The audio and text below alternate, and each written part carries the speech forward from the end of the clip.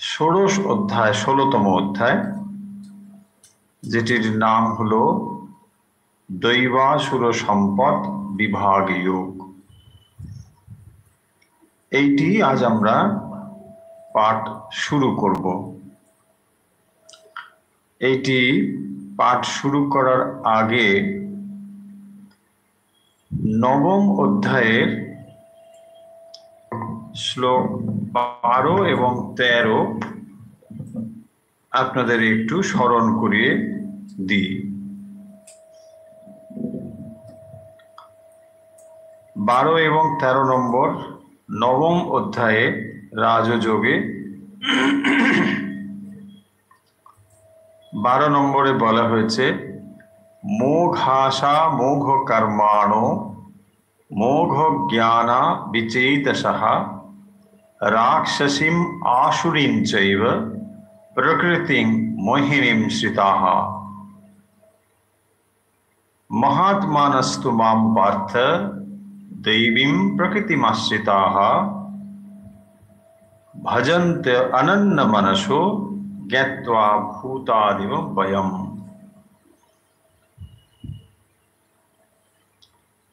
বারো নম্বর শ্লোকে বলছেন মোঘাশা মোঘ কর্মাণো মোঘ জ্ঞানা বিচেতসঃ রাক্ষসীম আসুরীম চৈব প্রকৃতিং মোহিনীম শ্রিতাঃ। এই দুটি শ্লোকে ভগবান আসুরী সম্পদ এবং দৈবী সম্পদের কথা বলেছেন। 16তম অধ্যায়ে এই কথাগুলোকেই ভগবান আরো বিস্তৃতভাবে বলছেন। আমরা নবম অধ্যায়ের যে দুটি শ্লোকের কথা বললাম 12 এবং 13 নম্বরে,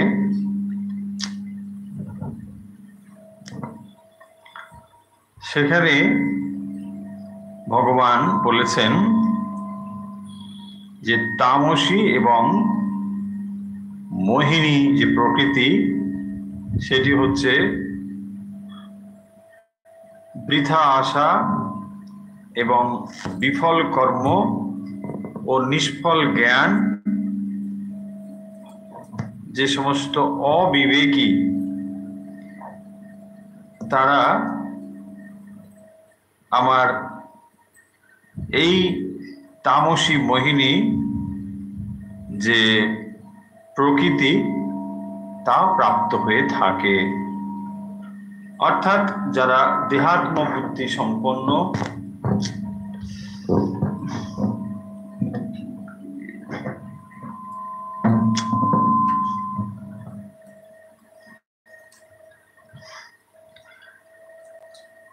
মহাত্মানস্তু মাং পার্থ দৈবীম প্রকৃতিমাশ্রিতাঃ ভজন্তি অনন্য মনসো জ্ঞাত্বা ভূতাদিম অব্যয়ম। কিন্তু বলছেন যে মহাত্মানস্তু মাং পার্থ, কিন্তু যারা মহাত্মা হে পার্থ, তারা কি করেন না আমার দৈবী প্রকৃতিকে আশ্রয় করেন। এবং সেটি কিরকম? ভজন্তি অনন্য মানসো জ্ঞাত্বা ভূতাদিম অব্যয়ম। এবং তারা আমার সাত্ত্বিক স্বভাবকে আশ্রয় করে আমাকেই সর্বভূতের কারণ এবং অবিনাশী জেনে অনন্য মনে আমারই ভজনা করেন। এই যে দুটি শব্দ আমরা এখানে পেয়েছি, একটি হলো দৈবী শক্তি বা দৈবী সম্পদ, অপরটি হলো আসুরী সম্পদ। এই কথা দুটিকেই আমরা এই অধ্যায়ে বেশি করে পাব। সেই কারণের জন্য প্রথমেই দেখুন এই অধ্যায়টিতে শুরু হয়েছে দৈব, অসুর, সম্পদ, বিভাগ, যোগ। তাহলে মূল দুটো শব্দ হলো দৈব এবং অসুর। দৈবাসুর, সম্পদ যোগ বিভাগ, এবং প্রত্যেকটি অধ্যায় যেহেতু যোগ সেই জন্য যোগ শব্দটি রয়েছে। তাহলে দৈবী প্রকৃতি এবং আরেকটি হলো আসুরী প্রকৃতি। একটিকে আমরা দৈবী প্রকৃতি বলবো, আরেকটিকে আমরা আসুরী প্রকৃতি বলবো। তাহলে এটা কোথায় রয়েছে? মানুষের মধ্যে। মানুষের মধ্যে কিছু কিছু কোয়ালিটি রয়েছে যেগুলোকে আমরা তার দৈবী সম্পদ বলে থাকি, আবার কিছু কিছুকে আমরা তার আসুরী প্রবৃত্তি বলে থাকি। এই যে দৈবী প্রবৃত্তি এবং আসুরী প্রবৃত্তি, সেগুলোই কি করে বিভাজন করা হয়েছে, অর্থাৎ কোনটাকে দৈবী সম্পদ, কোনটাকে আসুরী সম্পদ বলা হবে, এই বিভাজন এই অধ্যায়ে ভগবান বলছেন। আমরা শ্রীমদ্ ভগবত গীতাকে প্র্যাকটিক্যাল সায়েন্স এই জন্যই বলি যে এখানে কেবল কতগুলো থিওরি বলা হয়েছে তা নয়, এটি একটি জীবনের বিজ্ঞান এবং এই দিক থেকে এটি শ্রেষ্ঠ বিজ্ঞান। কারণ আপনি যত কিছু জানেন তা বাইরের একটি বিষয় হিসেবে তাকে জানেন, কিন্তু সেই বিদ্যাই হবে শ্রেষ্ঠ বিদ্যা যাতে আমি নিজেকে জানতে পারি। কারণ এই ভগবত গীতা হলো আত্মদর্শনের বিজ্ঞান, তাই নিজেকে জানা এই বিজ্ঞানের অন্যতম লক্ষ্য। এবং সেই কারণের জন্য দেখুন এই অধ্যায়ে বিশেষ করে এই দুটি গুণের কথা বলা হয়েছে। আমাদের নিশ্চয়ই মনে থাকার কথা যে আগের অধ্যায়ে আমরা একটি অশ্বত্থ গাছের ধারণা পেয়েছি, এবং সেই গাছটি কিরকম, ওপরের দিকে তার মূল, শাখা প্রশাখা নিচের দিকে। এই যে গাছটি, সে গাছটি কি করে বাড়ে, বৃদ্ধিপ্রাপ্ত হয়, বলা হয়েছে যে সেটি হলো কিরকম না, তার মধ্যে কামনা বাসনা এইগুলোই হচ্ছে ওই গাছটিকে বৃদ্ধিপ্রাপ্ত করায়। কর্ম যত আমরা করছি সমস্ত কর্মের ফলের দ্বারাই গাছটি শাখা প্রশাখা বৃদ্ধিপ্রাপ্ত হয়। তো এই যে গাছটি, তার কিছু কিছু ডাল ওপরের দিকে যায়, কিছু কিছু ডাল নিচের দিকে যায়। কি করে কোনো কোনো গাছের ডাল ওপরে যাবে এবং নিচের দিকে যাবে এটি নির্ভর করছে এই দুটি গুণের ওপরে। তাই সংসার বৃক্ষে বিশেষ করে এখানে সাত্ত্বিক প্রবৃত্তি এবং তামসিক প্রবৃত্তির কথা বলা হয়েছে।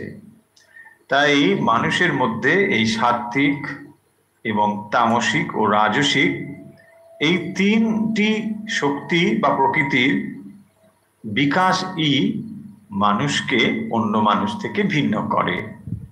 তাই দৈবী সম্পদ হলো আমাদের যথার্থ সম্পদ, যেটি লাভ করলে আমরা পরিণামে আত্মদর্শন লাভ করতে পারি। তাই ভগবত গীতা কেবলমাত্র কতগুলো তাত্ত্বিক কথা বলেই ক্ষান্ত হয়ে যাননি। তাই এখানে বিশেষত এই অধ্যায়টিতে আমরা দেখব ভগবান সেই গুণের কথাগুলো বলেছেন, যেই গুণগুলো একটি একটি করে অর্জন করলে যথার্থ রূপেই আমরা যে সাত্ত্বিক অবস্থা সেটি লাভ করতে পারি, এবং সাত্ত্বিক অবস্থা লাভ করলে তখনই এই আত্মদর্শন সম্ভব হয়। তাই আমরা দেখব এই অধ্যায়ে ভগবান দুটি বিশেষ প্রকৃতির কথা বলেছেন।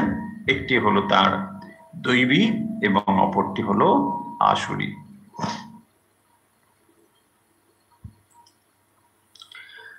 প্রথমে শুরু হচ্ছে শ্রী ভগবানুবাচ। শ্রী ভগবানুবাচ, ভগবান উবাচ ভগবানুবাচ, শ্রী ভগবান কথা বলছেন। শ্রী মানে শ্রীযুক্ত, সুন্দর, সেই জন্য তাকে শ্রীযুক্ত। কি বলছেন? অভয়ম সত্য সংশুদ্ধি জ্ঞানার যোগ ব্যবস্থিতি দানম দমশ্চ যজ্ঞশ্চ স্বাধ্যায় তপ আর্জবম। এই অধ্যায়ে 1 থেকে 3 নম্বর পর্যন্ত মানে একসঙ্গে ধরে অর্থ করতে হবে, কারণ এখানে কতগুলো গুণের কথা কেবল বলা হয়েছে। তাই আমরা একটু পড়ে যাব। অহিংসা সত্যম ক্রোধ ত্যাগ শান্তিরপৈশুনম দয়া ভূতেষু ললুপপ্ত মার্দবম হ্রীচাপলম তেজস ক্ষমাদিতি শৌচম অদ্রোহা নাতিমানিতা ভবন্তি সম্পদম দৈবীম অভিয়াতস্য ভারত। এইখানে এসে ভগবান থামছেন 1 থেকে 3 নম্বর এসে। তাহলে সম্বোধন হলো কি?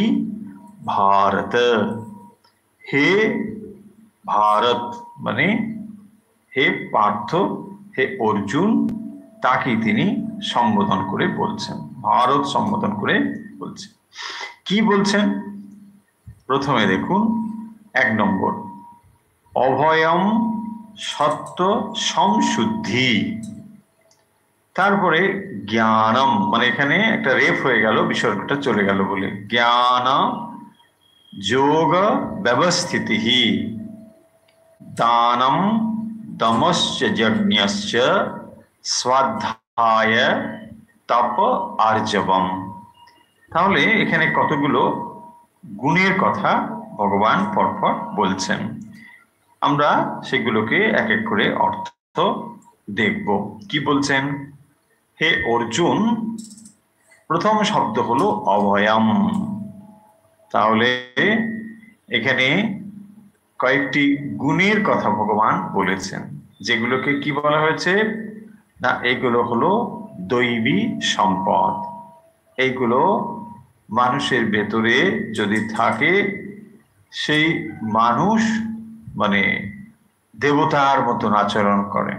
দৈবী সম্পদ, দীপ ধাতু মানে প্রকাশ, অর্থাৎ মানুষের ভেতরে এইগুলো সাত্ত্বিক প্রকাশ। একজন মানুষ তিনি যথার্থ ধার্মিক কিনা, এগুলোই হচ্ছে তার প্রকাশ। হতে পারে একটা মানুষ অনেক সাধন ভজন করে, কিন্তু তার যথার্থ এই কোয়ালিটিস গুলো থাকতে হবে। সেই জন্য এখানে বলেছেন, দেখুন অভয়ম, প্রথম বলেছেন এইটি অভয়ম। তাহলে একজন মানুষ সত্যিকারের ভক্ত কিনা, সত্যিকারের সাত্ত্বিক কিনা, তার অন্তর থেকে অভয় থাকবে, ভয় থাকবে না। প্রথমেই হচ্ছে এটি তার ভেতরে থাকবে, সেটি হচ্ছে অভয়ম। এটি আমরা আগে অর্থ দেখি, পড়ে যাই, তারপরে আমরা ব্যাখ্যাতে আসবো। তাহলে প্রথম বললেন অভয়ম মানে অভীরুতা, তার মধ্যে ভয় থাকবে না। তারপরে দেখুন বলছেন সত্য সংশুদ্ধি। সত্য সংশুদ্ধি অর্থাৎ তার মধ্যে কি থাকবে না, অন্তঃকরণের শুদ্ধতা। এটা হলো সত্য সংশুদ্ধি, অন্তঃকরণের মানে শুদ্ধতা থাকবে। মানে ব্যবহারের সময় তিনি যেন অপরকে মানে বঞ্চনা করা, এইগুলো তার মধ্যে থাকবে না। তো সেই জন্য বলেছেন সত্য সংশুদ্ধি, তার মধ্যে এইটি থাকবে, যাকে বলা হয় অন্তঃকরণের শুদ্ধতা। দেখুন সত্য সংশুদ্ধি।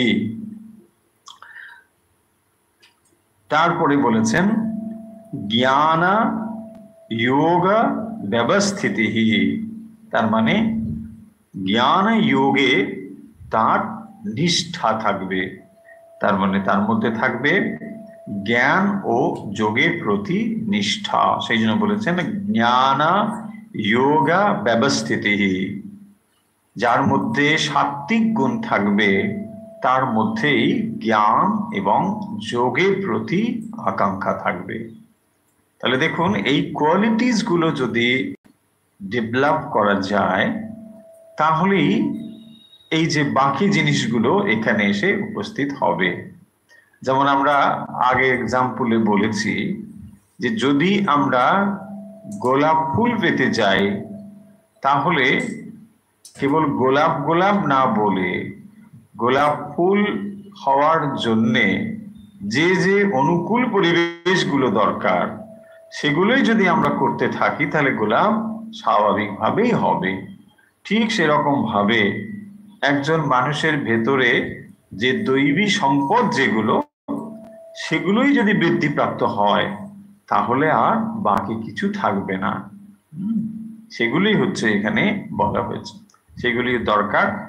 যেমন সূর্য যখন ওঠে তো সূর্য উঠলে তার আগে তার আভা দেখা যায়, তাই না? শ্রীরামকৃষ্ণ বলেছেন যে যখন জমিদার কোনো জায়গাতে যাবেন তখন তার আগে গড়গড়া, তার বসার আসন এসব তিনি পাঠিয়ে দেন। তার মানে কি? তার মানে হলো প্রধান জিনিসটি যখন এসে উপস্থিত হবে তার আগে কতগুলো লক্ষণ প্রকাশিত হবে। যেমন সূর্য যখন ওঠে পূব দিকের আকাশ কি হয়? সুন্দর একটা আভামণ্ডল তৈরি হয়। সেই আভামণ্ডল দেখে আপনি বুঝতে পারেন সূর্য ওঠার আর দেরি নেই। এই যে সাত্ত্বিক গুণগুলোর কথা এখানে বলা হচ্ছে, এইগুলোই হচ্ছে লক্ষণ যে তার ভেতরে এবারে সত্য প্রকাশিত হবে। যে কোনো অন্তরে সত্য প্রকাশিত হবে না, সেই অন্তরে এইরকম অবস্থা হলেই কেবল সত্য প্রকাশিত হবে। সেই কারণের জন্য ভগবান এখানে জোর দিয়ে এই কথাগুলো বলছেন। দেখুন এগুলো খুব প্র্যাকটিক্যাল জিনিস, এগুলো খুব থিওরিক্যাল যে ভগবান বলে দিয়েছেন তা কিন্তু নয়। যেমন আগের অধ্যায়ে আমরা পড়েছি যেগুলো, বা তার আগের অধ্যায়ে, সেখানে যেমন থিওরি রয়েছে সেখানে প্র্যাকটিক্যাল কথা রয়েছে, এখানেও প্র্যাকটিক্যাল কথা। তার মানে এই গুণগুলোকে আমাদের চেষ্টা করতে হবে, এই গুণগুলোকে অবলম্বন করার বা গুণগুলোকে আমাদের জীবনে নিয়ে আসার। কি বললেন? জ্ঞান যোগ ব্যবস্থিতি। দেখুন তারপরে বলছেন দানম। এক একটা করে কোয়ালিটির কথা বলছেন। দানম, দানম মানে দান করা।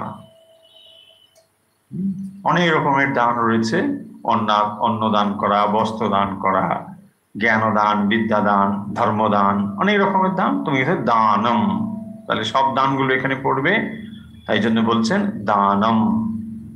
ভুরি গৃহন্তি ভুরিদা জানা, ভুবি গৃহন্তি ভুরিদা জানা, যিনি ভুরিদা, ভুরিদা মানে যিনি অনেক অনেক বেশি দান করেছেন।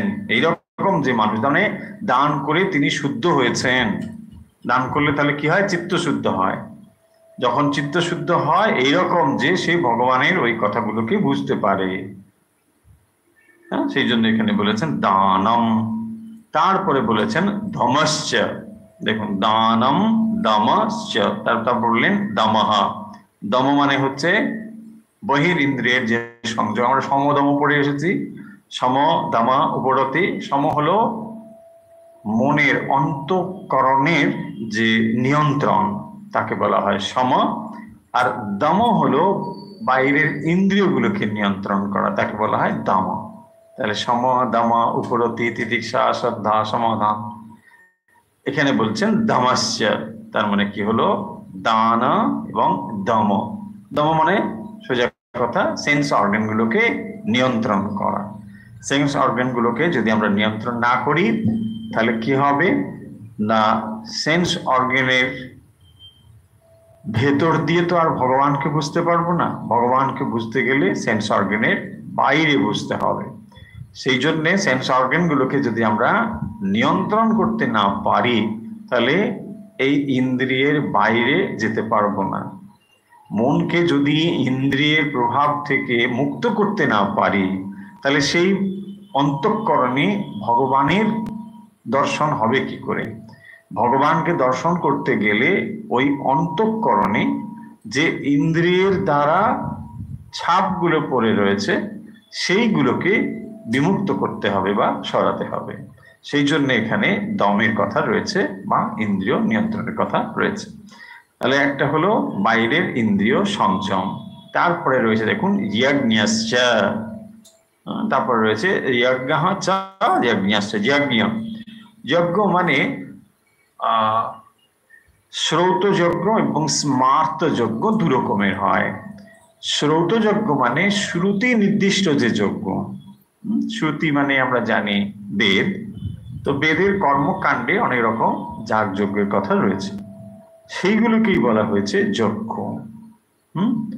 আবার স্মার্ত মানে স্মৃতিশাস্ত্রে যজ্ঞের কথা রয়েছে।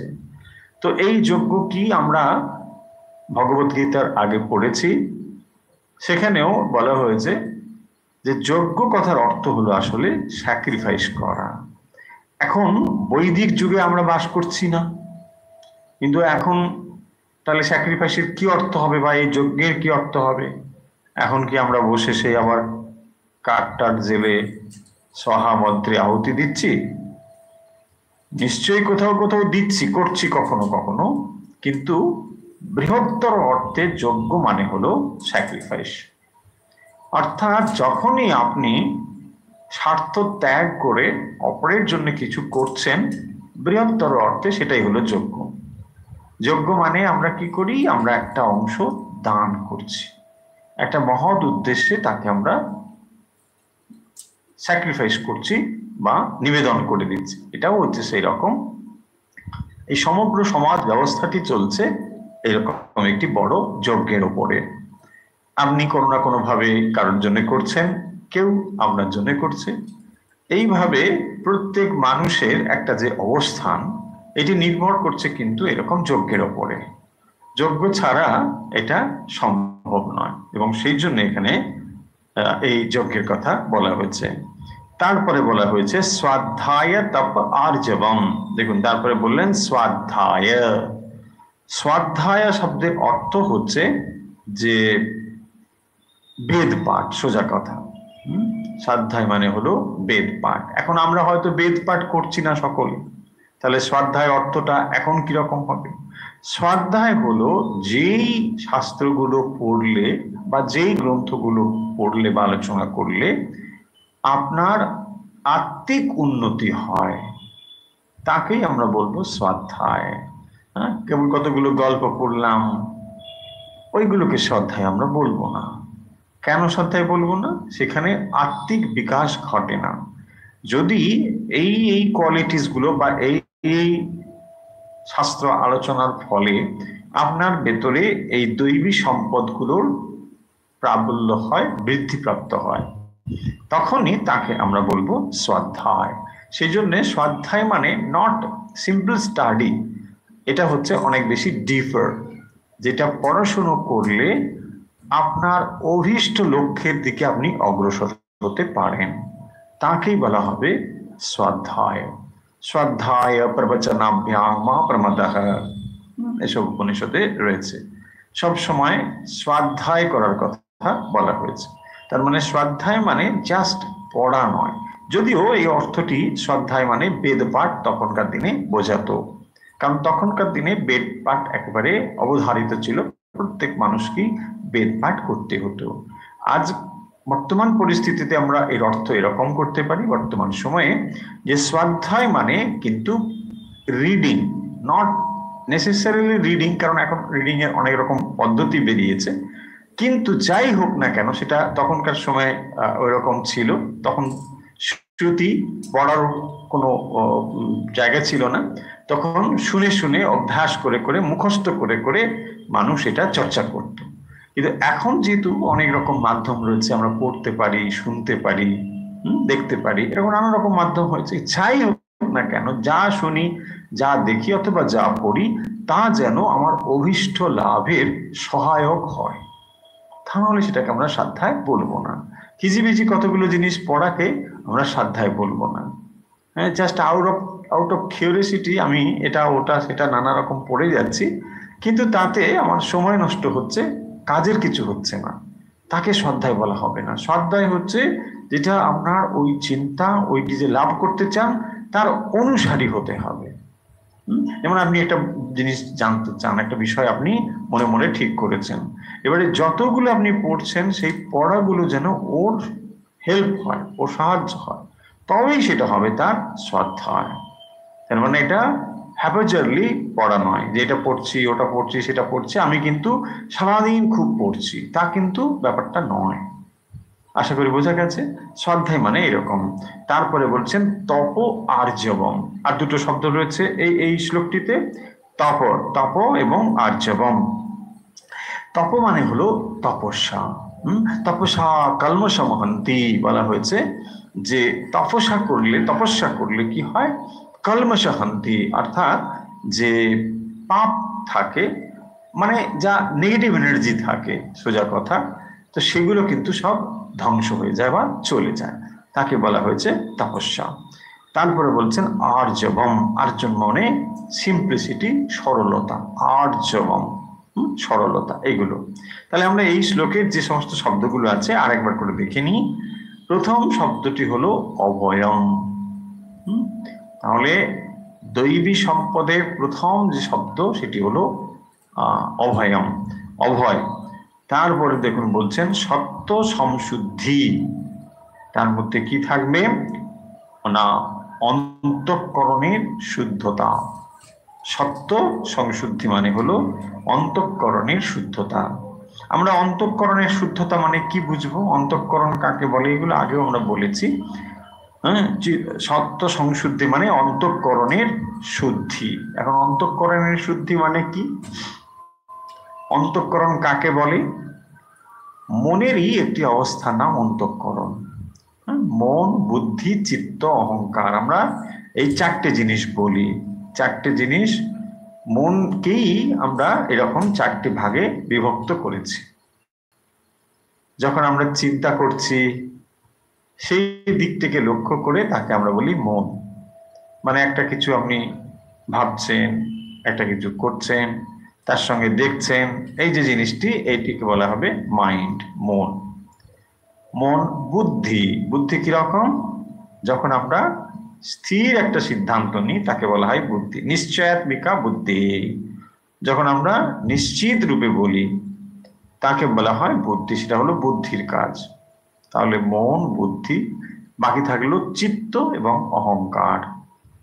চিত্ত কি, চিত্ত হলো আমরা যা যা দেখলাম বা যা যা অনুভব করলাম সেগুলো একটা জায়গায় স্টোর হয়, মনের মধ্যেই একটা অংশে সেটা স্টোর হচ্ছে।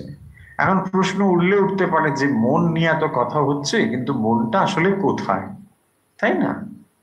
মন একটা নির্দিষ্ট কোনো জায়গায় সীমাবদ্ধ নেই, কিন্তু মন ফাংশন করতে পারে ব্রেনের ওপরে।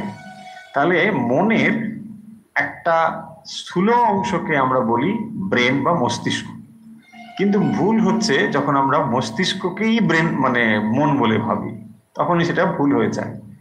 যদি আমরা কম্পিউটারের ভাষাতে বলি তাহলে একটাকে আমরা বলবো হার্ডওয়্যার, আর একটাকে বলবো সফটওয়্যার, একটাকে বলবো অপারেটিং সিস্টেম, আর একটাকে বলবো মানে অ্যাপ্লিকেশন। দুরকম ভাবে বলবো। কিরকম না, মস্তিষ্ক যেটাকে আমরা মাথা বলছি, ব্রেন বলছি, এটা আসলে আমাদের যে ডিভাইস, যেটাকে আমরা ওখানে অ্যাপ্লিকেশনটা ব্যবহার করব, এটা হচ্ছে হার্ডওয়্যারের মতো। কারণ এটাকে আপনি দেখতে পারেন, এটা ফিজিক্যাল এক্সিস্টেন্স রয়েছে, আপনি দেখতে পাচ্ছেন ব্রেনটা এরকম, ওখানে এই এই কাজ হচ্ছে, সেটা আপনি দেখতে পারবেন। কিন্তু মাইন্ডটাকে আপনি ওভাবে দেখতে পারবেন না। বাট তাহলে কি মাইন্ড নেই? মাইন্ড আছে।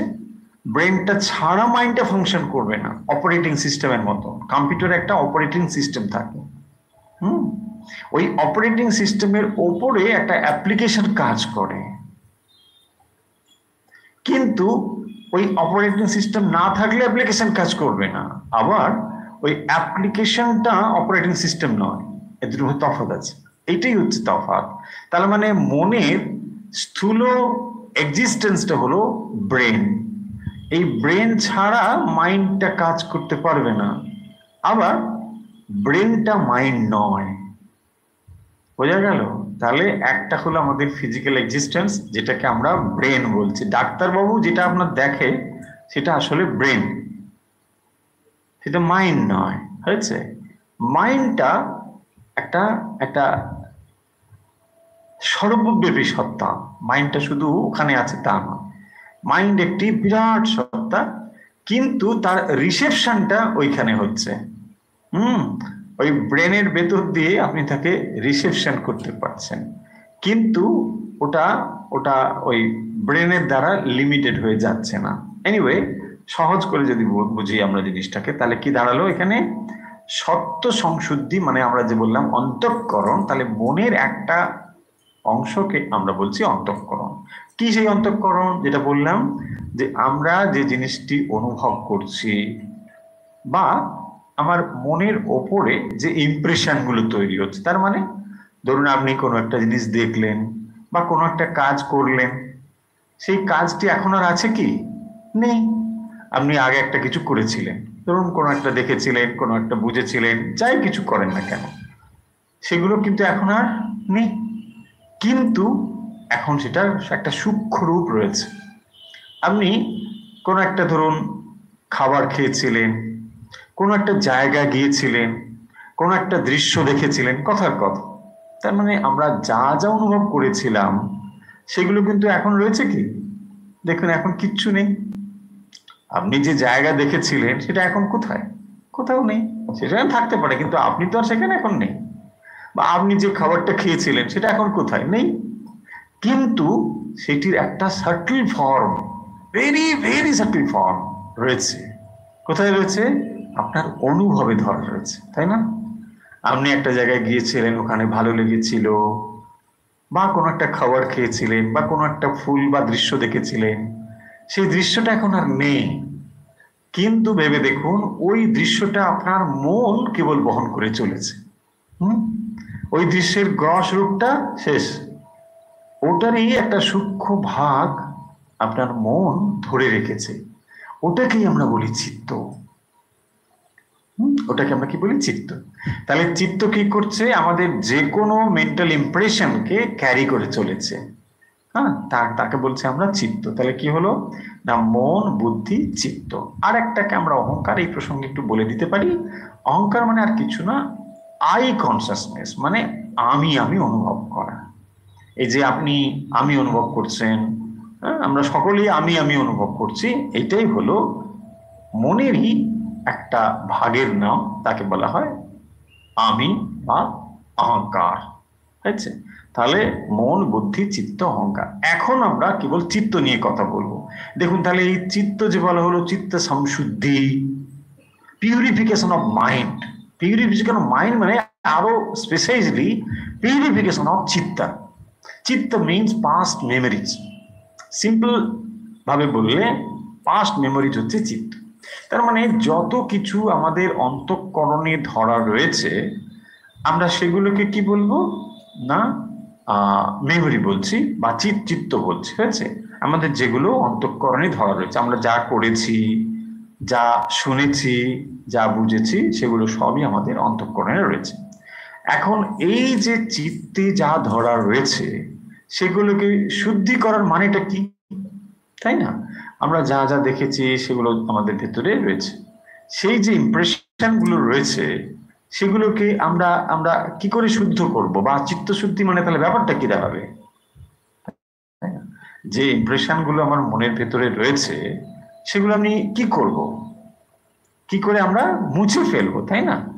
এই ব্যাপারগুলো হচ্ছে যে যখন আমরা এখন কোনো একটা বস্তুকে দেখছি বা কোনো একটা জিনিস যখন আমরা অনুভব করছি, তখন আসলে সেটা কি হচ্ছে না, ওই যে পাস্ট মেমোরি যা ধরা রয়েছে সেই পাস্ট মেমোরির দ্বারাই আমরা পরিচালিত হচ্ছি, তাই না? যখন আমরা কোনো একটি জিনিসকে দেখছি, শুনছি বা অনুভব করছি, তখন আমাদের অন্তঃকরণে যে বস্তুটির ছাপ রয়েছে তার দ্বারাই আমরা বস্তুটিকে দেখছি, বর্তমানে যেটাকে দেখছি।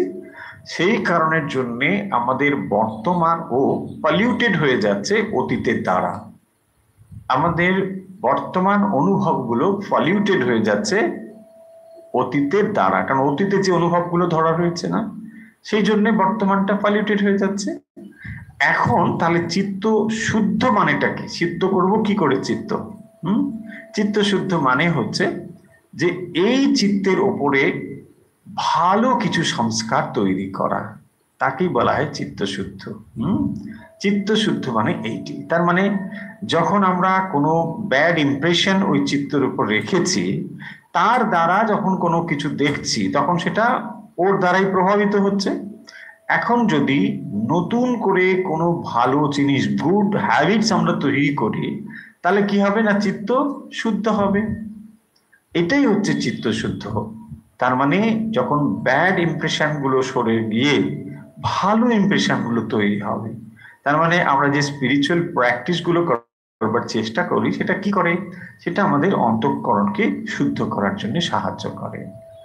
যারা অলরেডি যাদের মধ্যে রয়েছে, অর্থাৎ যাদের মধ্যে এই দৈবী সম্পদ গুলো রয়েছে, তাদের চিত্ত শুদ্ধ। সেই জন্য এখানে বলছেন সত্য সমশুদ্ধি, তাদের অন্তঃকরণ শুদ্ধ রয়েছে। তার মানে দেখবেন যেটা যেটা যা তারা সেটাকে সেভাবেই বোঝে। তা না হলে কি হবে, উল্টো অর্থ হয়ে যাবে, তাই না? কোনো একটা জিনিস হয়তো তার ইমপ্রেশনটা ব্যাড রকম ধরা রয়েছে, তো এখন ভালো হলেও সেটা সে আর ভালোভাবে নিতে পারবে না। সব সময় ওই অতীতের অভিজ্ঞতার দ্বারাই সেটি প্রভাবিত হয়ে পড়বে। সেই কারণের জন্যই এই সত্য সংশুদ্ধি দরকার। এবং সত্য সংশুদ্ধি হলে কি হবে তাহলে? না, বস্তুকে আমরা যথার্থ রূপেই বুঝতে পারবো, যথার্থ রূপেই অনুভব করতে পারবো, এবং তার ফলে অন্তঃকরণ যখন শুদ্ধ হবে, সেই শুদ্ধ অন্তঃকরণে আমরা সত্য স্বরূপ ভগবানকে দেখতে পাবো, প্রতিবিম্বিতকে ধরতে পারবো। হয়েছে? তা না হলে আমরা এই অন্তঃকরণে তাকে দেখতে বা বুঝতে পারবো না। তাহলে আমাদের কাছে হাতিয়ার কি রয়েছে? দেখুন, আমাদের কাছে হাতিয়ার হলো মন। যে সূক্ষ্ম জিনিসটি আমাদের কাছে রয়েছে সেটা হচ্ছে মন। বাকি যেগুলো রয়েছে এগুলো হচ্ছে স্থূল ইনস্ট্রুমেন্ট। স্থূল ইনস্ট্রুমেন্ট মানে কোনগুলো? 5টি ইন্দ্রিয়, চক্ষু, কর্ণ, নাসিকা, জিহ্বা, ত্বক। এগুলো আমাদের কাছে জ্ঞান লাভের জন্য পাঁচটি মানে ইন্দ্রিয়, স্থূল ইন্দ্রিয়। এগুলো স্থূল জিনিস, চক্ষু, কর্ণ, নাসিকা, জিহ্বা। কিন্তু তার থেকেও সূক্ষ্ম হলো মন।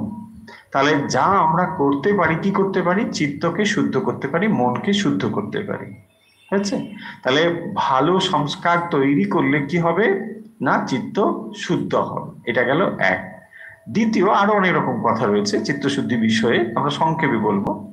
আরো বিষয় রয়েছে এই যে যখন কোনো কিছুর মধ্যে ডুয়ারশিপ না থাকে, তখন সেটা ইমপ্রেশন তৈরি করতে পারে না।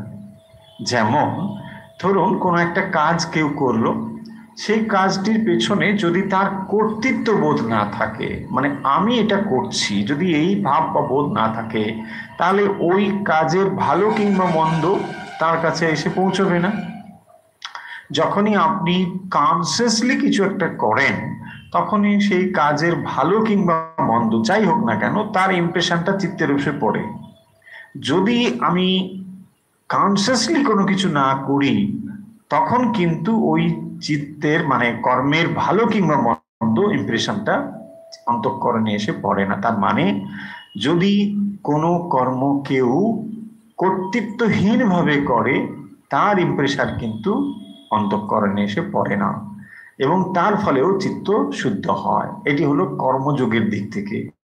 আর ভক্তির দিক থেকে বলা হবে যে যখন আপনি কোনো ভালো কাজ করছেন, মানে ভালো সংস্কার তৈরি করছেন, এই যেমন এখানে বলা হয়েছে দান, যজ্ঞ, তপ ইত্যাদি, এইগুলো করতে করতে কি হবে না, অন্তঃকরণে এগুলোর একটা ইমপ্রেশন বা ছাপ এসে পড়বে। তাহলে তখন কি হবে, চিত্তটি এইগুলির দ্বারা শুদ্ধতা লাভ করবে। এবং চিত্ত শুদ্ধ হলে কি হবে না, শুদ্ধ চিত্ত তাকে স্থির করা সম্ভব। যখন চিত্ত অশুদ্ধ হয়ে রয়েছে, তখনই চঞ্চলতা রয়েছে। এটা অশুদ্ধ চিত্তের একটি লক্ষণ। চিত্ত যখন অশুদ্ধ হয়ে রয়েছে মানে সেখানে অনেক ইমপ্রেশন রয়েছে। হ্যাঁ, অনেক ইমপ্রেশন আছে মানে একটার পর একটা বাবলের মতন বাবল উঠতে থাকে। এবং যখন এটি বারবার উঠতে থাকে, এটাই হচ্ছে আমাদের চিত্ত চঞ্চল হওয়ার কারণ।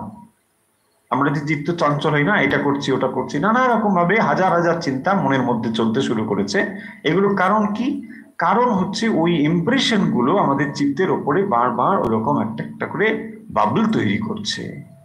যখন এইগুলো স্টেবল হয়ে যায়, স্থির হয়ে যায়, অর্থাৎ যখন ইমপ্রেশন গুলো মানে আস্তে আস্তে কমতে থাকে, তখন এটা একটা স্টেবল হয়। এবং এইটি যখন একেবারে শুদ্ধ, মানে এটা স্থির হওয়া। এখানে শুদ্ধ মানে মানে অন্য কিছু ঢুকে গেল এইরকম না।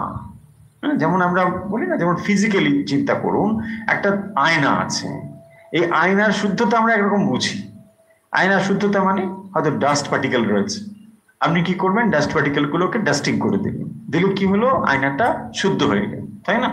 তার মানে কোনো একটা জিনিসকে যখন আমরা আউটারলি ফিজিক্যালি শুদ্ধ করতে চাই, তখন আর একটা কিছু দিয়ে তাকে আমরা সরিয়ে দিলে ওটা শুদ্ধ হয়ে গেল, এটা আমরা বুঝে চাই। কিন্তু তাহলে মনকে করবো কি করে?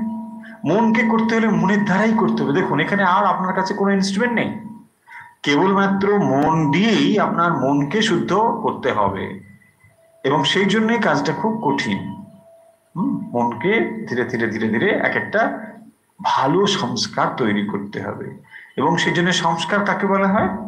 যা আমরা রিপিটেডলি করি, দ্যাট ক্রিয়েট সংস্কার, তাকেই বলা হয় সংস্কার। যেটা আমরা রিপিটেডলি করছি, বারবার বারবার যেটা করছি, ওটা কি করে, মনের ওপর একটা ইমপ্রেশন তৈরি করে। সেই ইমপ্রেশন আপনাকে আবার প্রভোগ করবে ওই ভালো কাজ করার দিকে, এবং আলটিমেটলি আপনি তখন ভালো করতে করতে ভালোই হয়ে যাবেন। এটাই হচ্ছে এর পদ্ধতি। তাহলে আমরা চিত্তশুদ্ধি বুঝলাম। তাহলে অভয়ম সত্য সংশুদ্ধি, তারপরে কি বলেছেন, জ্ঞান যোগ ব্যবস্থিতি। দেখুন তাহলে কি বলছেন না, জ্ঞান যোগ, অন্তঃকরণের শুদ্ধির কথা বললেন, তারপরে বলছেন জ্ঞান যোগ ব্যবস্থিতি। তাহলে এখানে কি হলো, জ্ঞান এবং যোগে নিষ্ঠা। ব্যবস্থিতি মানে হচ্ছে নিষ্ঠা। তাহলে জ্ঞান এবং যোগের প্রতি নিষ্ঠা থাকবে। যখন তার অন্তঃকরণটি শুদ্ধ হয়েছে, তখন সেই অন্তঃকরণেই জ্ঞানের প্রতি নিষ্ঠা থাকবে। তাহলে আমাদের যে জ্ঞানের প্রতি নিষ্ঠা হয় না কেন? অন্তঃকরণ মলিন বলে।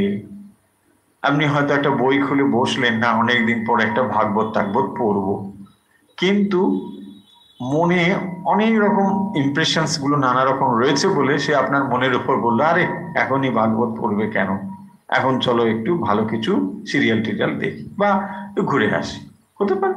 এই যে মনের উপরে এই একটা জিনিস উঠলো, অমনি আপনি বই বন্ধ করে হাঁটা দিলেন, হয় না?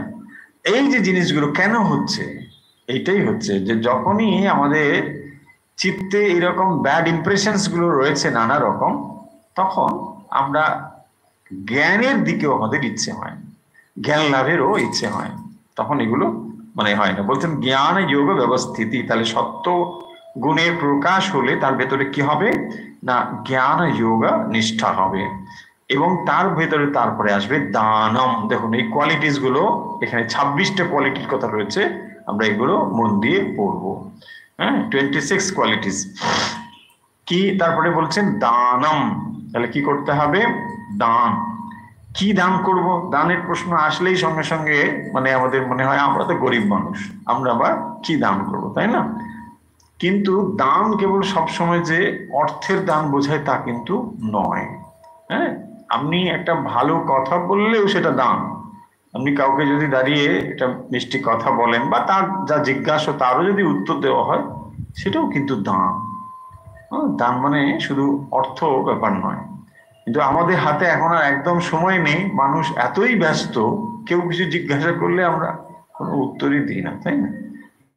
আপনি দেখবেন রাস্তা দিয়ে যাচ্ছেন, কাউকে হয়তো জিজ্ঞাসা করুন যে ভাই এই রাস্তাটা ওইদিকে গেছে, সে কোনো কোনো ব্যাপারই নেই, উত্তরই দেবে না। এখন এরকমই অবস্থা মানুষের, মানে কোনো কিছুতে মানুষ আর এত সেলফ সেন্টার যে অন্য কোনো কিছু নেই। কিন্তু আমরা বুঝতে পারছি না যে আমার অবস্থানটাও অন্যের উপর নির্ভরশীল, পাশাপাশি মানে ওর জীবনটাও আমার উপর নির্ভরশীল। প্রত্যেক মানুষই প্রত্যেক মানুষের উপর পারস্পরিক ভাবে নির্ভরশীল, তা না হলে এই পৃথিবীতে কেউ আমরা বেঁচে থাকতে পারবো না। তো সেটা আমরা বুঝি না, তো তাই আমরা ওইরকম করতে থাকি। সেই জন্য এখানে বলছেন দান। দান মানে অনেক রকমের দান আছে। আমরা একটু আগে যেমন বললাম, স্বামীজিও দেখবেন এই এই দানের কথা বারবার বলেছেন, যে অন্নদান, বস্ত্রদান, শিক্ষাদান, বিদ্যাদান, ধর্মদান, এগুলো হচ্ছে এক একটি দানের মানে নমুনা বা বিষয়। কিন্তু এর মূল কথা হলো সেই দানই হবে শ্রেষ্ঠ দান, যে দান অধিকতর সময়ের জন্য মানুষকে সাহায্য দান করতে পারে, অধিক সময়ের জন্য। আপনি যদি অন্ন দান করেন, খাবারটা একটু পরে তার আবার খিদে পাবে, তাহলে এটাকে আমরা একরকম দান ঠিকই আছে, কিন্তু তার থেকে বিদ্যা দান হচ্ছে হাইয়েস্ট। ওর তুলনায় ভালো হবে বিদ্যা দান। কেন কি না, বিদ্যা দান হচ্ছে আরো অনেকটা সময়ের জন্য, তাই না?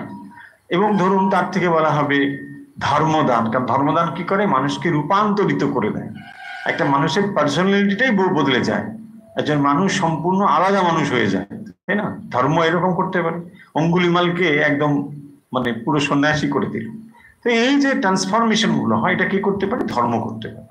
সেই জন্যে ধর্মদান হচ্ছে শ্রেষ্ঠ দান।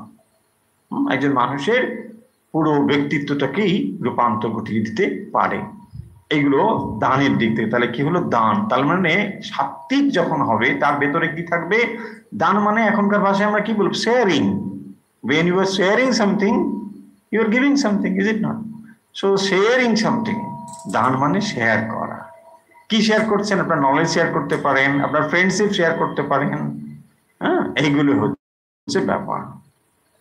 আপনি যে কোনো কোথাও একটা গেলেন, যেটা লাভ করছেন, জানলেন, ও আচ্ছা আমি অন্য কেউ জানাই, হ্যাঁ, ও সবার সঙ্গে ভাগ করে নি, এই ভাবটাকেই বলা হয় শেয়ার, এটাকেই বলা হয় দান। শ্রীরামকৃষ্ণ বলছেন না, সেই গল্পটা বারবার আমাদের মনে আসে, যে একটি প্রাচীর ঘেরা জায়গায় একজন দেখলেও যে খানিকটা ওপরে গিয়ে ওখানে খুব আনন্দের মানে হাট বাজার বসেছে। তো সে কি করলো, হা হা হা করে ঝাঁপিয়ে পড়ল। আর একজন গিয়ে দেখলো প্রাচীর ঘেরা জায়গা, সেখানেও ওরকম সুন্দর একটা আনন্দের হাট বাজার বসেছে। সেও দেখে আনন্দে হাহা করে ঝাঁপিয়ে ওর মধ্যে পড়ে গেল। আর একজন লোক দেখলো, আরে যারাই যায় তারাই ঝাঁপিয়ে পড়ছে, এত আনন্দ। আর বাইরে যে এতগুলো লোক আছে তাদেরকে তো বলতে হবে, যদি নিজে গিয়ে আনন্দ ঝাঁপিয়ে পড়ি তাহলে আর কি হলো, ও নিজেই কি করলো আমরা তো কিছু বুঝলাম না। সে তখন দেখেও দূর থেকে নিজেকে সম্বরণ করে, নিজেকে কন্ট্রোল করে, এটা ওটা কন্ট্রোলিং পাওয়ার চাই না, নাহলে ওটা দেখে সেলফিশনেস ঝাঁপিয়ে পড়লো। এই সেলফিশনেস কিন্তু এই জাগতিক সেলফিশনেসের থেকে আলাদা। তো এ কি করলো, ওটা না করে সবাইকে এসে বলল, দেখো এরকম একটা ব্যাপার আছে, ওখানে কিন্তু খুবই আনন্দ, কি করে যাওয়া যায়, সবাইকে এসে বলল। তখন সবাই মিলে গেল। শ্রীরামকৃষ্ণ নিজের অবস্থা সম্পর্কে এই গল্পটি বলেছিলেন, যে তার মানে ভগবান কি করেন, সবাইকে ডেকে নিয়ে যান ওই আনন্দটি দেবার জন্য। সেই কারণের জন্যে কেবল আত্মমুক্তি না, অপরের মুক্তির জন্যেও তিনি সবাইকে সঙ্গে নিয়ে যাচ্ছেন। এবং শ্রীরামকৃষ্ণ, স্বামীজি, সৃষ্টি মা, এদের জীবনে কোনটি কোন রকম, স্বামীজি সবাইকে নিয়ে যাচ্ছেন, তাই না? সবাইকে তিনি এই ভাবগুলো দিয়ে, চলো সবাইকে নিয়ে আমরা অগ্রসর হব। তো ঠাকুরমা স্বামীজির ভাব নেওয়া মানে এটাই, যে তার ভেতরে কি থাকবে, always be ready to give something, always you'll be the giver, not anything মানে you are taking anything from anybody, no, সব সময় কিছু দেওয়ার জন্য প্রস্তুত থাকবে। আপনি always be ready to give something, সব সময় দেওয়ার জন্য। That may not be money, সে সবসময় যে টাকা হতে এমন কিছু কথা না, এনিথিং। কেউ এটা জিজ্ঞাসা করলো, আপনি এটা প্রস্তুত হয়ে আছেন সব সময় দেওয়ার জন্য। এবং আপনি এটাও জেনে রাখুন, যখন আপনি প্রস্তুত হয়ে যাবেন দেওয়ার জন্য, না, প্রকৃতি আপনাকে উছাড় করে দেবেও, আপনি সামলাতে পারবেন না, এত দেবে।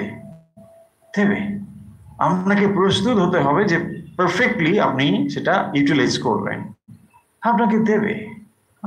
মন মিশন চলছে, আপনি দেখুন তো, কোটি কোটি টাকা কোথা থেকে আসছে? সাধু সন্ন্যাসীদের টাকা আছে? কিচ্ছু নেই। কোথা থেকে আসছে? আপনারাই দিচ্ছেন, গৃহীরাই তো দিচ্ছেন, কোটি কোটি টাকা দিচ্ছেন, তাই না? যখন ব্যালেন্স শিট বেরোয় দেখতে পান না, যে এত টাকা ডোনেশন হয়েছে, এত এত বন্যার ত্রাণে, এত অমুক ত্রাণে খরচ হয়েছে। কি করে হয়েছে? এগুলো দিয়েছেন তো মানুষ। কি করে দিচ্ছে?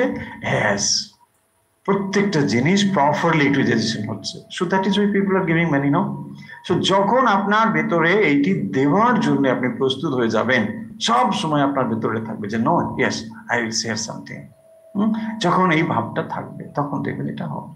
সে একটা সুন্দর গল্প আছে না, কর্মযোগ প্রসঙ্গে আমরা বলেছিলাম যে ওই ওই রাজা এবং এক সন্ন্যাসী ওরা গিয়ে এক জঙ্গলে এক এক গাছের নিচে তারা মানে আশ্রয় নিয়েছিল। তো সেখানে দেখলো যে 3টি পাখি আছে। হ্যাঁ, সেই পাখি ওরা সারাদিন খুব ক্লান্ত হয়ে ওখানে গিয়ে ওই গাছের নিচে বসেছে। তো তারপরে ওই পাখিগুলো দেখলো যে আরে আমাদের কাছে অতিথি এসে গেছে, কিন্তু এদের তো কিছু খাবার দেওয়া চাই। কি খাবার দেবো, এদের তো আমরা কিচ্ছু নেই। হ্যাঁ, এরাও ক্ষুধার্ত, কিছু একটা তো দিতেই হবে। তো কি করবে তারা, তখন কি করলো, ওই গাছে ওরা ওই কাঠ টাট জ্বালিয়ে ওখানে মানে আগুন পোয়াচ্ছে আর বসেছে, ক্ষুধার্ত কিন্তু খাওয়ার কিছু নেই। তো তখন ওই পাখিটি মানে গৃহস্বামী যে পাখি, সিম্বলিক এনিওয়ে গল্পটা এইভাবেই। তো তারপরে ও কি করলো, নিজেকে স্যাক্রিফাইস করলো, ওই আগুনের মধ্যে ঝাঁপিয়ে পড়লো। মিনস মানে আইডিয়া হচ্ছে যে তাহলে পাখির ওই মাংস থেকে এরা অন্তত খানিকটা কিছু খেতে পারবে। এইটা দেখে ওই পাখির যে স্ত্রী ছিল সে বললো আরে আমার স্বামী যদি এরকম করে হয় তাহলে এখন আমার দায়িত্ব। ওই একটা ছোট্ট পাখি পড়েছে আর 2টো মানুষ, ওরা খাবে কি? নিশ্চয়ই এতে ওদের সামান্য মানে হবেই না, ক্ষুধা নিবৃত্ত হবে না। তাই জন্য সে নিজেও পড়লো। সে যখন বললো দেখে তারপর বলছে না এখন ছেলে আছে, ছেলে বললো যে আমারও পড়া দরকার, সেও ঝাঁপিয়ে পড়ছে। দেখুন এইভাবে গল্পটা মানে গিয়েছে, দিয়ে দেখাচ্ছে যে প্রত্যেকেরই এক একটা রেসপন্সিবিলিটি আছে যে ওইভাবে তাকে মানে করতে হবে। অতিথির জন্য সে স্যাক্রিফাইস করছে, সে স্যাক্রিফাইসটা যখন করছে না, তার স্ত্রী তার পুত্র সবাই মিলে এটা করছে। এইটা হচ্ছে আদর্শ যে দেখানো হচ্ছে। গল্পটির অনেক লম্বা গল্প রয়েছে, আরো অনেকটা ব্যাপার রয়েছে, যাই হোক। তো তাহলে ব্যাপারটা যেখান থেকে দাঁড়ালো দান করা, দান দিতে হবে। তারপরে দেখুন এই দানটা না, এটা এরকম আমরা যেন না ভাবি যে আমরা দিয়ে বিরাট একটা মানে ক্রেডিট নিচ্ছি না। আপনি দিচ্ছেন এই জন্যে যে আপনি নিয়েওছেন প্রচুর। হ্যাঁ, দেওয়াটা আপনার ডিউটি। হ্যাঁ, এটা সেন্স অফ রেসপন্সিবিলিটি, আপনাকে দিতে হবে। দিয়ে আপনি মহান কিছু হচ্ছেন না, বরং না দিয়ে আপনি নিজের মানে যে ঋণ তাকে অস্বীকার করছেন। সো এইটাই কারণ আপনি আমি যখন পৃথিবীতে এসেছি তখন পৃথিবীটা সুন্দর সাজানো ছিল, ফল ছিল, ফুল ছিল, গাছ ছিল, পালা ছিল, সবই ছিল, তাই না? আপনি সেগুলো এসে সব ভোগ করেছেন। তো এখন আপনার রেসপন্সিবিলিটি এগুলো দেওয়া। সো এই জন্য দান যেন এরকম আমরা না ভাবি যে আমরা বিরাট দান করে দাতা হয়ে গেলাম। হ্যাঁ, আমার নাম লিস্টটা কোথায় গেল, আমার নামটা কেন নেই ওখানে? হ্যাঁ, আমি এত দিলাম, আমার আগের দিকে নামটা থাকা উচিত ছিল, নামটা কেন নিচের দিকে দিয়ে দিয়েছে? না, এই নিয়ে অনেক গোলমাল হয়। ওরে বাবা, হ্যাঁ, ভক্ত, সকল ভক্ত, তাদের মধ্যে আবার অনেক গোলমাল আছে। আমার নামটা লিস্টের প্রথমে না করে মানে লিস্টের নিচে কেন হয়ে গেল? আমি তো অনেক দিয়েছিলাম। যাই হোক, বাদ দিন। এবারে দেখো দামাচ, তাহলে আমরা কি বলবো? ধম। তাহলে এগুলো আমরা কি পড়ছি? এগুলো হচ্ছে দৈবী সম্পদ। হ্যাঁ, এগুলো হচ্ছে সাত্ত্বিক সম্পদ। তাহলে আসল সম্পদ হলো এইগুলোই। মানুষের সঙ্গে বলে না, মানুষ যে মানে খুব কলিউকেলি এরকম বলা হয় না যে মানুষ কিছু নিয়ে আসে না, মানুষ কেউ নিয়ে যেতে পারে না। এক্স্যাক্টলি সত্যি কথাই, সেটা হচ্ছে মেটালিস্টিক হইতে। আপনি কোনো ম্যাটার নিতে পারবেন না, কোনো ম্যাটার দিয়ে যেতে মানে আর এখান থেকে ক্রিয়েটও করতে পারবেন না। যা ম্যাটার ছিল ওটাই ছিল। আপনি এসেছেন যখন খালি হাতে, যাবেনও খালি হাতে, কথা সকলে আমরা বলি, সবসময় আমরা শুনি, তাই না? এক্স্যাক্টলি তাই, কিন্তু কিছু নিয়ে যেতে পারবেন। সেটা কি নিয়ে যেতে পারবেন সেগুলো এখানেই বলছেন। হ্যাঁ, এই ব্যালেন্স গুলো কেউ কিন্তু হ্যান্ড ওভার করতে পারবে না। বলছে না আমার আছে, আমি আমি একটা চেক লিখে দিচ্ছি, আমি থাকবো না, ছেলে নাতিকে দিয়ে গেলাম। বলছে না না না, এই চেক গুলো দিতেও পারবেন না, এটা এক্স্যাক্টলি এক্সক্লুসিভলি আপনার। এখানে কেউ শেয়ার করতে পারবে না, কাউকে দিতেও পারবে না। তো এইগুলো হচ্ছে কোয়ালিটিস। সেগুলো কি? দামা, বাইরের ইন্দ্রিয়গুলোকে সংযম করা, ইন্দ্রিয়গুলোকে সংযম করা। তার মানে কি না, প্রত্যেক মুহূর্তে ইন্দ্রিয়গুলো কি করছে, আমাদেরকে বহির্মুখী করছে। প্রত্যেকটা মুহূর্তে ইন্দ্রিয়গুলো আপনাকে বাইরের দিকে টেনে নিয়ে যাচ্ছে। এই জন্য এগুলোকে ঘোড়ার সঙ্গে তুলনা করা হয়েছে। ঘোড়া, আপনি যখন ঘোড়ায় চড়েন কি করেন, আপনি একটা লাগামটা হাতে রেখে ঘোড়াগুলোকে নিয়ে চলেন, তখন আপনি জার্নি করেন, ঘোড়াগুলো আপনি জার্নির সহায়ক, তাই না? এবারে ধরুন যদি ঘোড়া তার ইচ্ছে মতো যায়, তাহলে ঘোড়া will be satisfied but not you. তফাৎটা বুঝুন। আপনি ঘোড়ার উপরে বসে আছেন, রাইট, বাট ঘোড়া কিন্তু ছুটে যাচ্ছে, এটাও ঠিক, বাট ঘোড়া স্যাটিসফাইড হচ্ছে, আপনি নয়। আপনি যেতে চেয়েছিলেন একদিকে, ঘোড়া দিয়ে যাচ্ছে একদিকে, বোঝা যাচ্ছে? আমরা ছুটে চলেছি, but I am not satisfied. Who is satisfied? Indriyas are satisfied because Indriyas are happy. ওটা তো চেয়েছে টেনে টেনে নিয়ে যাবো, আর টেনে টেনে নিয়ে যাচ্ছে। দেখুন, আপনি ঘোড়ার উপর বসে আছেন, কিন্তু ঘোড়া আপনাকে ছুটিয়ে ছুটিয়ে জঙ্গল টঙ্গল করে কাঁটা ঝোপের মধ্যে দিয়ে মানে নিয়ে যাচ্ছে, যেখানে খুশি নিয়ে যাচ্ছে, ওর যেমন খুশি নিয়ে যাচ্ছে, আপনার খুশি মতো না। হওয়া উচিত ছিল কি, ঘোড়াকে আমি চালাবো, হয়ে গেল ঘোড়া আমাকে চালাচ্ছে। বিপজ্জনক না? এটাই হচ্ছে বিপজ্জনক। যখন ঘোড়ার হাতে আপনি দায়িত্বটা দিয়ে দেন, তখন হচ্ছে সমূহ সর্বনাশ। এবং এটাই হয়ে চলেছে, এটাই হয়ে চলেছে। তার মানে জীবন থেকে আরেকটা জীবন, মানে জীবনে এক প্রান্ত থেকে আরেক প্রান্তে পৌঁছানোর জন্যে আমাদের যে কাজটি সব থেকে বেশি করণীয়, সেটা হচ্ছে এই ঘোড়াটিকে জব্দ করা। বেশি নেই, মাত্র 5টি ঘোড়া আছে, আর একটা মন। আবার মনের হাতে মানে ওই লাগামটাও দেওয়া আছে, হ্যাঁ, বুদ্ধিও আছে, মন বুদ্ধি এগুলো সব দিয়ে ওদের হাতে কন্ট্রোলিং পাওয়ারটা দেওয়া আছে, রিমোটটা ওখানে রয়েছে। কিন্তু এই ঘোড়াগুলো এমন শক্তিশালী যে আপনার ওই যে রিমোট এই ব্যবহার করতে আপনি অনেক সময় ভুলে যাবেন। অনেক সময় মনে হবে যে না না, এটা কি করে হয়, সুন্দর, ভালোই, চলো। কিন্তু একটু একটু এইভাবে করতে করতে যে কোথায় গিয়ে আমরা মানে দাঁড়াবো, এর সীমা পরিসীমা নেই। একটা ছোট্ট থেকে শুরু হয়, গিয়ে মানে সেটা একেবারে পর্বত প্রমাণ হয়ে যায়। সোপান গোলকের ন্যায় বলা হয়, সোপান গোলক। একটা সোপান মানে স্টেয়ারকেস, তার মধ্যে একটা বল, যখন সিঁড়ি থেকে বলটা পড়ে, প্রথম ধাপে যদি আপনি আটকাতে না পারেন, তারপরে কিন্তু আর আটকাতে পারবেন না। প্রবল শক্তিশালী হয়ে যাবে বলটা, তাই না? লাফাতে লাফাতে লাফাতে লাফাতে একদম পরপর পরপর গড়িয়ে চলে যাচ্ছে। এটাকে বলা হয় গোলক সোপান গোলক ন্যায়। তার মানে প্রথমেই যদি আপনি কন্ট্রোলিং মেজারটা না রাখেন, তাহলে কি হবে? হবে না। ওই যে বলে না, কি বলে, প্রথম রাত্রে বেড়ালটা বেঁধে দাও। সো এক্স্যাক্টলি মিনিংটা হচ্ছে ওটাই। মিনস আপনি যদি কন্ট্রোল করতে চান, you have to do it from the beginning itself, তাই না? তা নাহলে আপনি আর পারবেন না, প্রথম থেকে এটাকে করতে হবে। কিন্তু আমাদের মনে হবে কি, দেখুন, মনে হবে নো, ইটস অলরাইট, আছে এমন আর কি, ও ঠিক আছে চলো, ওটা এমন কিছু না। কারণ প্রথম প্রথম ওটা অত ভয়ঙ্কর রূপে আমাদের কাছে আসবে না। কিন্তু যখন ওটা ধীরে ধীরে, শ্রীরামকৃষ্ণ কি বলছেন, এক্সাম্পল ধরুন কলম্বারা পথ বলেছেন। সো যখন ওটা অনেকটা নিচে নেমে এসেছে, তখন বলছে ও, তো আমি এখন কম্পেয়ার করতে পারি যে ওখান থেকে এটা নেমে এসেছে। এছাড়া আপনি বুঝতে পারবেন না, এই হচ্ছে এক সমস্যা। এবং মন হচ্ছে সবসময় আপনাকে প্রতারিত করে চলেছে, এভরি মোমেন্ট মন সবসময় প্রতারিত করে চলেছে।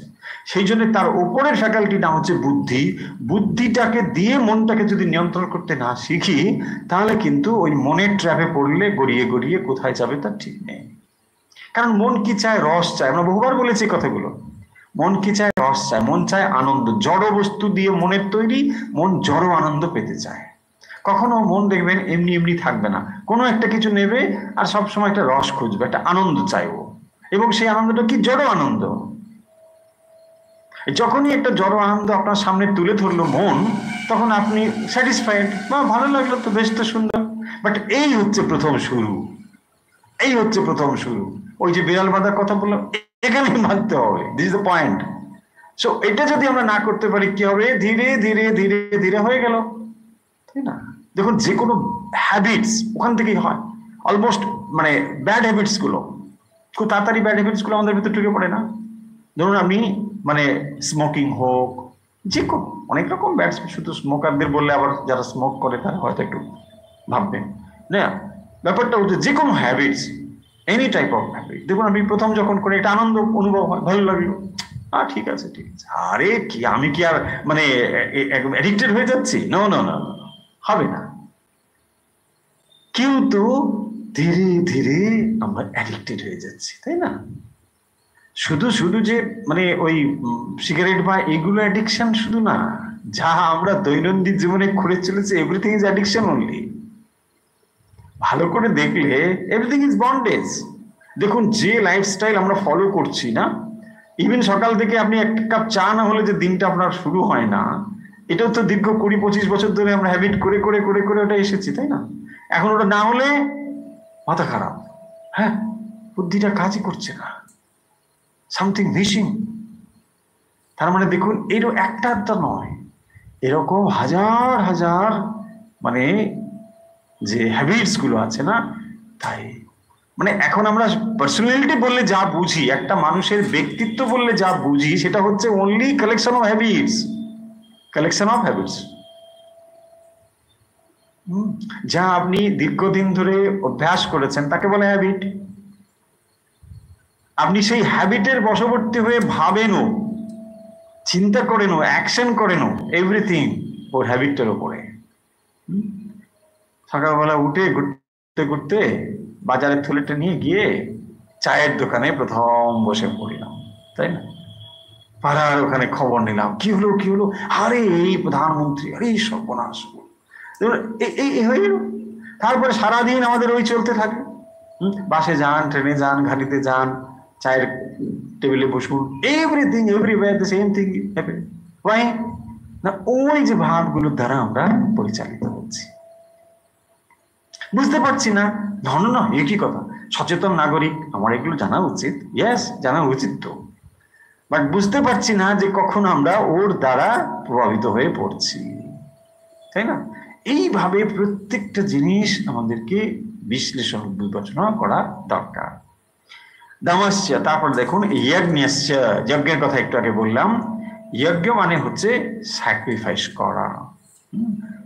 শ্রৌত যজ্ঞ, স্মার্ত যজ্ঞ, অর্থাৎ স্মৃতিশাস্ত্র অনুযায়ী যে যজ্ঞের কথাগুলো রয়েছে সেগুলো, বা শ্রুতিতে বা মানে বেদের কর্মকাণ্ডে যে সমস্ত যজ্ঞের কথা রয়েছে সেগুলো, এবং আধুনিক ভাবে আমরা বুঝলে এগুলো হচ্ছে যজ্ঞ মানে স্যাক্রিফাইস করা।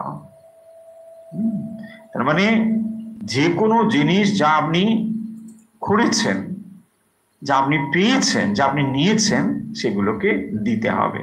সেই জন্যে অন্তত 5 রকমের যজ্ঞের কথা বলা হয়েছে, তাকে বলা হয় দেবযজ্ঞ। দেবতাদের থেকে আমরা যা ঋণ রূপে পেয়েছি সেগুলো কি আমরা আবার স্যাক্রিফাইস করি। বেদ, বেদ যেগুলো আমরা পেয়েছি, যে সমস্ত জ্ঞান ভান্ডার আমরা পেয়েছি, সেগুলো কোত্থেকে পেয়েছি? ঋষিদের থেকে। তাহলে ঋষি ঋণ আমাদের ভিতরে রয়েছে। এই যখন আপনি ঋষি যজ্ঞ করছেন তখন ঋষির ঋণটাকে স্বীকার করছেন। স্যাক্রিফাইস মানে এটাই, ঋণটাকে স্বীকার করা। তারপরে হচ্ছে ভূত যজ্ঞ। ভূত মানে সমস্ত প্রাণী যা রয়েছে তাদের প্রতিও আপনার দায়িত্ব রয়েছে, তাদের প্রতি আপনাকে ভাবতে হবে, ভূত যজ্ঞ। তারপরে বলছেন নৃযজ্ঞ, মানুষের জন্য। তারপরে হচ্ছে পিতৃযজ্ঞ, পিতৃলোকের জন্য, পিতামহ, পিতামহ, এই সমস্ত জায়গা, তাদের প্রতিও আপনার রেসপন্সিবিলিটি রয়েছে, তাকে বলে। তাহলে 5 রকম যজ্ঞ কি কি বললাম? দেবযজ্ঞ, ঋষিযজ্ঞ, ভূতযজ্ঞ, নৃযজ্ঞ ও পিতৃযজ্ঞ। ঠিক আছে? এইরকম 5 রকম যজ্ঞের কথা। কারণ আমরা যখন দৈনন্দিন জীবনে যাপন করি তখন দেখবেন জ্ঞাত সারে বা অজ্ঞাত সারে কোনো না কোনো জিনিস আমরা মানে খারাপ করেই চলেছি। সেই জন্য বলা হয়, দেখবেন আগেকার দিনের এই সমস্ত কনসেপ্ট গুলো ছিল, যেখানে জলের কুজো রাখছেন আপনি, ওখানেও হয়তো অনেক জীব হত্যা হচ্ছে, তাই কতগুলো হয়তো পিঁপড়ে এসে মরে গেছে, কত কিছু হয় ওখানে, মশা মাছি মরছে। সো এটাও কিন্তু একরকমের তো রেসপন্সিবিলিটি আপনার না। আপনি জীবন ধারণের জন্য অপরকে মেরে ফেলছেন, হয়তো সরাসরি মারছেন না, বাট ওরা তো ওখানে এসে মরছে। হ্যাঁ, আপনি হয়তো কুজোটাকে একটু সরিয়ে দিলেন, দুটো পিঁপড়ে মরে গেল। সো এইগুলো বলছেন, এগুলো একটা মানে আপনার যজ্ঞের মধ্যে পড়ে। তারপরে বলছেন স্বাধ্যায় তপ আর্জবম। তাহলে কি হলো? স্বাধ্যায় মানে শাস্ত্রাদি পাঠ করা, মূল বেদ পাঠ করা, বেদ আদি যে সমস্ত শাস্ত্র রয়েছে সেগুলোকে পাঠ করা, এগুলো স্বাধ্যায়ের মধ্যে পড়ে। তারপরে বলছেন তপ আর্জবম। তপ মানে হচ্ছে তপস্যা করা। তপস্যা অনেক রকমের হয়, শারীরিক, মানসিক, কায়িক, বাচিক, মানসিক। কায়িক তপস্যা মানে ধরুন আপনি কিছু খেলেন না, উপোস করলেন, এটা একরকম তপস্যা, এটা হলো কায়িক তপস্যা। বাচিক তপস্যা, বাক্যকে আমি মানে এমন ভাবে প্রয়োগ করছি যে আর আমি ধরুন মৌন অবস্থা ধারণ করছি, ঠিক, এটাও একরকম তপস্যা, বাচিক তপস্যা। তারপরে কি হলো না, মানসিক তপস্যা। মনে মনে তিনি একটা সংকল্প করছেন যে এই সময় থেকে এই সময় পর্যন্ত আমি জপ করব, খাদ্য গ্রহণ না করে, বা এরকম কোনো, বা হয়তো কেউ বলছেন আমি তীর্থ দর্শন করে এই পরিক্রমা করব, এটাও একরকম, যেমন তার সঙ্গে শারীরিক রয়েছে, মানসিকও রয়েছে। তো এইগুলো হচ্ছে তপস্যা। সেই তপস্যা কি করে না, আমার মূল লক্ষ্যের দিকে আমাকে নিয়ে যায়। তাপ হচ্ছে একরকম অগ্নি, অর্থাৎ ভেতরে আমাদের একরকম অগ্নি তৈরি হয়। এই তপস্যাগুলো কি হয়, অগ্নি তৈরি হয়, এবং সেই অগ্নি কি করে আমাদের কলমশকে, অর্থাৎ মনের যে মলিনতাগুলোকে দূরীভূত করতে পারে। মনে যে সমস্ত মলিনতাগুলো রয়েছে সেগুলোকে দূর করতে পারে এই তপস্যা। সেই জন্য বলা হয়েছে তপস্যা কলমশম হন্তি, তপস্যা করলে এগুলো চলে যায়। আগুন আমাদের এটা করতে পারে। তাহলে কি হলো, আমরা আজকে কেবল 1 নম্বরটাই পড়া হলো, অভয়ম সত্য সংশুদ্ধি জ্ঞানার যোগ ব্যবস্থিতি দানম দমশ্চ যজ্ঞস্য স্বাধ্যায় তপ আর্জবম। আর্জম হলো সরলতা, সিম্পলিসিটি। তাহলে এই জিনিসগুলো, অর্থাৎ এই যে দৈবী সম্পদ, সেই দৈবী সম্পদগুলো যখন কারোর মধ্যে প্রকাশিত হয় তখন বুঝতে হবে যে তার আর জ্ঞান লাভের বাকি নেই, জ্ঞান লাভ খুব তার ঘটবে। সেই জন্য এই জিনিসগুলোর দিকেই আমাদের দৃষ্টি দিতে হবে। আমরা যেমন আগে বললাম যে যদি গোলাপ ফুল পেতে চাই তাহলে কেবল গোলাপ গোলাপ না পড়ে গোলাপের জন্য যে অনুকূল পরিবেশ, অর্থাৎ তার মাটি তৈরি করা, যথেষ্ট সার দেওয়া, জল দেওয়া, এইগুলো হচ্ছে এখানে বলেছেন। তাহলে ভগবত গীতা কেবল তাত্ত্বিক কথা বলে না, ভগবত গীতা আমাদের প্র্যাকটিক্যাল কথা বলে, সামথিং টু ডু, আমাদের কিছু করতে হবে, তাই না? তাহলে দেখুন এই জিনিসগুলো যদি আমরা কেবল পড়ি তাহলে কি পুণ্য হয়ে যাবে? আমরা অনেকে বিশ্বাস করি যে এটা পড়লে অনেকটা পুণ্য, পুণ্য পাপ ব্যাপারটা এরকম নয়, এইগুলোকে লাভ করতে হবে, তবেই আমাদের মধ্যে এগুলো আসবে, তাই না? তাহলে এটা হবে না। যেমন বলো না যে জ্ঞান ভক্তি কর্ম, দেখুন জ্ঞান ভক্তি কর্ম আমরা আলাদা আলাদা বলি, এগুলো আলাদা নয়, কোনোটাই আলাদা নয়, প্রত্যেকটা জিনিসই একই, কিন্তু জ্ঞান ভক্তি কর্ম এগুলো হচ্ছে একটা বিভিন্ন রকম দিক। যেমন একটা সিম্পল এক্সাম্পল, শেষ করে সময় হয়ে গিয়েছে অনেকটা, যে ধরুন আপনি কোন একটা মিষ্টি খাবার খাচ্ছেন, মিষ্টিটা যখন আপনি খাচ্ছেন আপনি মিষ্টত্বটা অনুভব করছেন, কিন্তু ওই সঙ্গে ওই মিষ্টিটার যে ওজনটা, ধরুন একটা মিষ্টির একটা নির্দিষ্ট ওজন আছে, সেই ওজনটাও কিন্তু আপনি গ্রহণ করছেন। অ্যাট দ্য সেম টাইম মিষ্টির যেটা ফর্ম আছে ওই ফর্মটাও আপনি গ্রহণ করছেন, বাট আননোয়িংলি, তাই না? দেখুন যখনই আমরা একটা মিষ্টি খাচ্ছি শুধু যে তার সুইটনেসটাকে নিচ্ছি তা নয়, ডাইমেনশন গুলো বলছি, আমি দিকগুলোর কথা বলছি, অ্যাট দ্য সেম টাইম আপনি কিন্তু ওই ওজনটাকেও নিচ্ছেন। ওর মিষ্টির ওজন আছে, তো একটা ওজন আছে এবং ওর একটা ফর্ম আছে। সো আপনি ফর্ম অ্যান্ড ওজন ওটাকেও গ্রহণ করছেন যখন কোনো একটা বস্তু বা মিষ্টত্ব গ্রহণ করছেন। আমি বোঝাতে পারছি কি? তার মানে যখন ওই মিষ্টত্বটা গ্রহণ করছেন ওটার সঙ্গে যদি আমি মানে এই তিনটের সঙ্গে যোগ করি, কর্ম, জ্ঞান, ভক্তি, তাহলে দেখুন ওই একটা জিনিসের তিনটে ডাইমেনশন রয়েছে। তাহলে একটাকে যখন আমি গ্রহণ করছি কেবল দৃষ্টিটা ওদিকে আছে বলেই ওটাকে প্রধান বলছি, কিন্তু বাকিগুলো আমার গ্রহণ করেই হচ্ছে, তাই না? দেখুন প্রত্যেকটা জিনিসের মধ্যে এই ডাইমেনশন রয়েছে। এনিওয়ে, তাহলে আজকে এখন একদম সময় নেই, শেষ করবো, চলো।